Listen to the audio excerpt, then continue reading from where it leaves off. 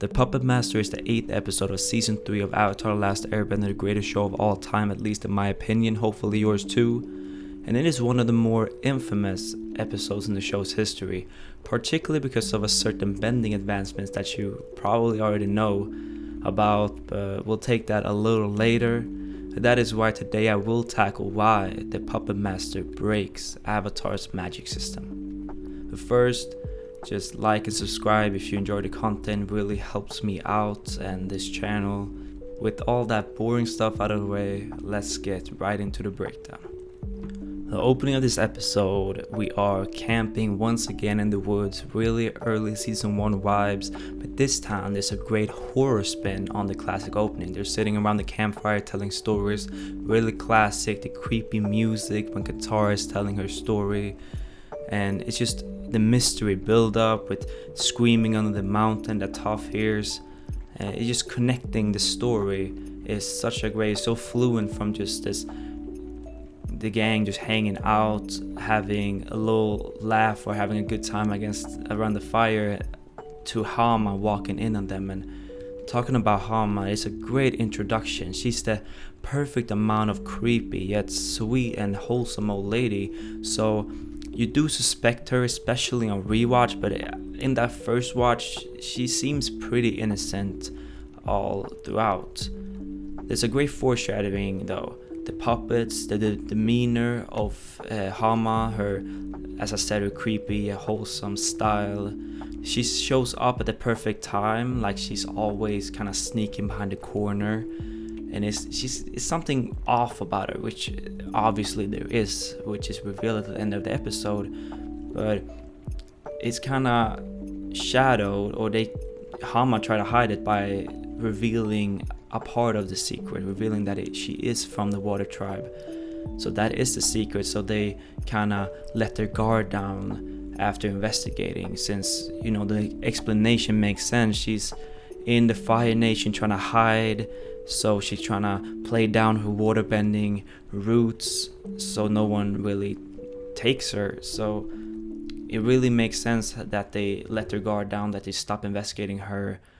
But that false sense of security is exactly what she wants to get that twist at the end. It is pretty obvious, and I saw this episode for the first time when I was like 10, so I can't say what I thought back then, but seeing it now and rewatching it now as an adult, I can say that it definitely works on rewatch, and I don't feel like Hama is boring in any way, and she really gets also some sympathy points with that sad story. Just how she became this person really makes sense. She's not truly evil. She really thinks she does the right thing, and by teaching Katara, she teaches the legacy and keeps the legacy alive, keeps their traditions alive in some way, which is the goal that she sought out for.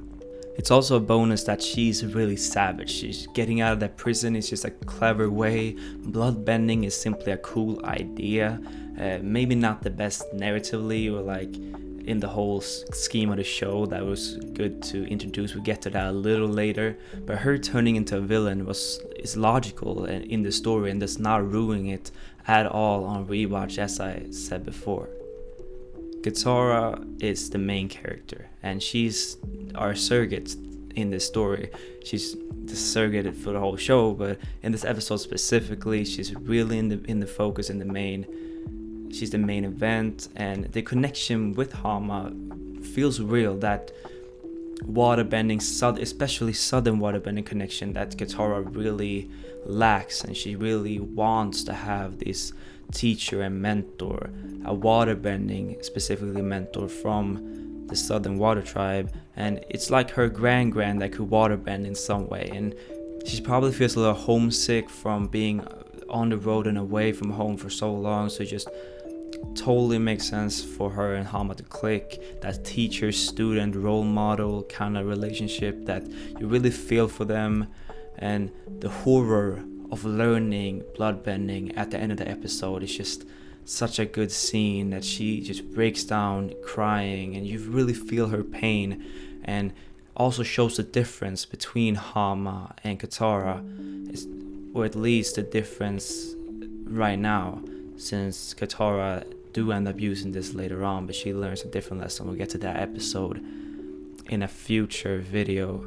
Sokka is kind of on the sideline for this one. Both Sokka and Aang are, but he's the one being curious, so he gets a little narrative importance, the one's asking question, and he is the logical one, and he is the curious one, the one with the idea, the creativity. So yeah, it just fits right in that he's the one that kind of snoops around and try to find out.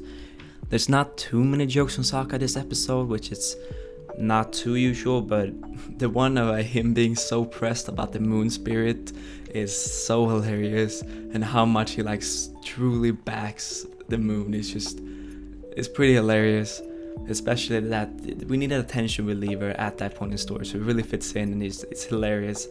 If we move on to Aang, them thinking it's a spirit feels natural to the world, because especially that Winter Solstice Part 1 with the Heibai. So in a big way, you cannot forego that it is a spirit terrorist in time the humans done something to the spirits, so they kind of retaliate. And that is a theme throughout the show, especially under the surface. So you kind of helps disguise or conceal Hama's true purpose, since we kind of look or assume it's in another direction. So that's a great little touch, great bit of world building that really get in that.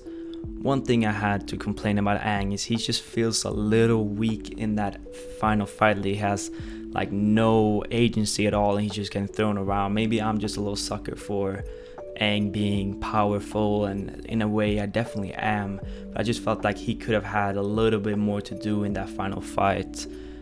I know it's Katara's fight, but just don't bring him there then. I don't know. It is a good thing that they put them against each other, and then Hama threatens to kill them and almost kill them. So that's why Katara learns bloodbending or gives in to it, let's say. So that's great and all, but I just wish Aang had a little bit more fight in him at the end. So let's talk about the elephant in the room, and it's the bending. Let's start with the water bending, because I believe that is the best part of this episode. It's just the cool uses, the flowers, the trees out of thin air. It's just such a great evolution of that sweat bending we saw a few episodes ago. And it's a great build-up, honestly, to bloodbending, since we move up the ladder. We kind of move to flowers and trees, which are living things, or we move from the air to the living things, and then to rats, and then the natural step is to humans. So it really makes sense. And that last fight, especially or particularly between when they're using the waterbending, is one of the best fights in the whole show, and rivals Paco and Katara for the best waterbending duel in the whole series. It's just so dynamic. We really see those new moves getting used, taking out the water out the tree, and just the power. And we see Katara, her full form here, and it's really cool. But the bloodbending kinda ruins it in many ways. It's a sick idea.